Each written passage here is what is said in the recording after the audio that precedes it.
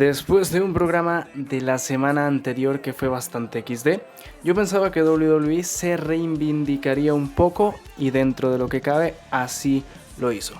Con esto dicho, doy paso al resumen / review del SmackDown que se suponía que debía haber sido el especial de Halloween, pero ya verán que ni los diseños cambiaron. Ahora sí, bienvenidos al resumen / review del SmackDown del 29 de octubre de 2021. Por fin hay una intro nueva. El show del día de ayer se llevó a cabo desde el estadio Mohegan Sun Arena, localizado en Uncasville, Connecticut. Antes de iniciar este resumen, tengo que decir que hace algunos días, mediante sus redes sociales, el ex anunciador de Ringside de WWE, Greg Hamilton, anunció su salida de WWE. Una pena que se vaya este anunciador, pero desgraciadamente una situación te puede cambiar por completo la vida. Le deseo todas las suertes en sus futuros proyectos a Greg Hamilton. Bien, ahora sí, para empezar este show, la actual y nueva campeona femenina de SmackDown hacía entrada. Me refiero lógicamente a la controversial últimamente Charlotte Flair. Tengo que decir que después de todo lo que pasó la semana pasada, vi este segmento y la tensión la sentí en el aire. Charlotte, lógicamente, habló sobre lo que sucedió la semana pasada cuando cambió los títulos con Becky Lynch. Además de hablar sobre que ella es actualmente la cara femenina de toda la industria del wrestling. También se refirió a la paliza que le dio la semana pasada la jefa. Si nombran a la pelo azul, esta sale y en esta ocasión entró al ring a reclamar una oportunidad titular. Sin embargo, Charlotte le puso freno de mano diciendo que ya es repetitivo ver a ellas dos en un ring y que quiere ver caras frescas ante ella. Ante esto sonó la música de una que llegó a SmackDown hace muchos meses y nunca tuvo la oportunidad por los títulos en pareja femeninos de WWE. Me refiero a Shotzi. Exacto. Vince sigue con su obsesión de acortar los nombres. Shotzi desde el tanquecito aceptó el reto de Charlotte. A la vuelta de los comerciales se hizo oficial y el combate dio inicio. Hay que destacar dos cosas. Uno, que Sasha Banks no se perdió ningún detalle de este combate y según lo que se vio estaba por parte de Shotzi. Otro punto positivo es que el combate duró más de 3 minutos y con eso me alegro. Sin embargo, vi algunos errores de coordinación además de varios botches, pero sí el combate estuvo bastante entretenido. La lucha terminó cuando Shotzi se distrajo con Sasha Banks y esto fue aprovechado por Charlotte para llevarse la victoria conectando su Natural Selection. Y todos pensarán, pero ¿qué mierda de resultado fue este? Pues no del todo, ya que después del combate, una Shotzi muy enojada le pegó la vergüenza de su vida a Sasha. La pegó contra todo lo que se encontró, alegando que todo era culpa de Sasha porque Shotzi siguió sus consejos.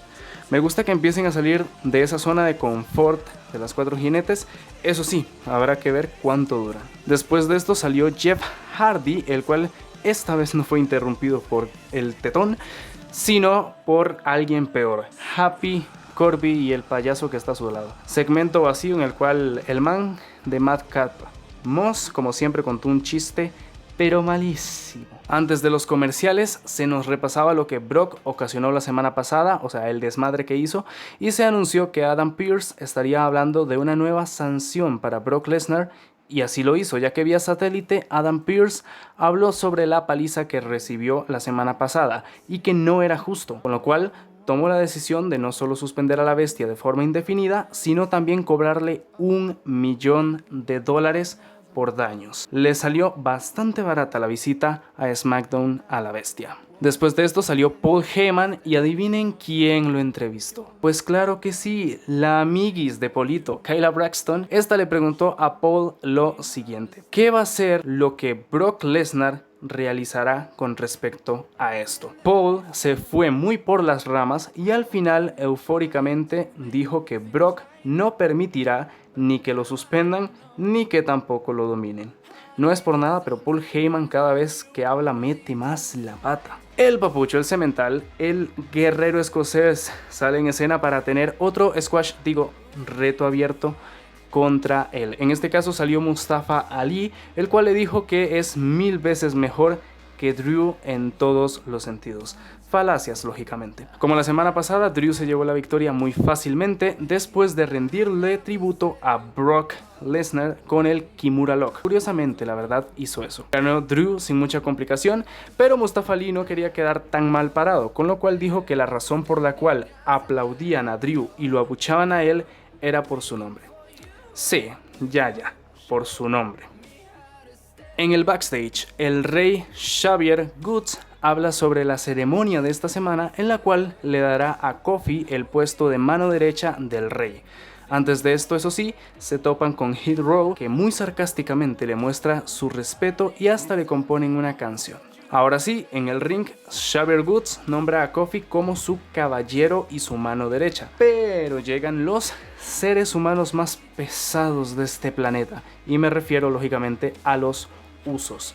Estos salen a decirles a The New Day que no hay mejor equipo en WWE que los Uso y que ahora mismo el que manda en SmackDown es The Bloodline. King Xavier se calentó y le exigió a los Usos otra lucha más contra ellos, que para el caso de hoy sería el Main Event. En el penúltimo combate de la noche salió Rick Books para presentar a Shinsuke Nakamura. ¿Se acuerdan que al inicio dije que este show debería haber sido el especial de Halloween? Pues relacionado a esta temática, solo el combate que sigue tuvo algo que ver, ya que era un combate al estilo Trick or Street Fight. Fue un combate que no era necesario y que le hubiera quedado muchísimo mejor al main event, pero creo que los dos equipos involucrados ya habían estado en un combate similar. Bueno, Happy Corbin y su amigo Madcap Moss se enfrentaban a Shinsuke y Books. Un combate entretenido en el cual mínimo utilizaron las reglas de la estipulación a su favor. Uno de los momentos del combate fue cuando Madcap Moss intentó meterle la cabeza a Rick Books en un recipiente con manzanas.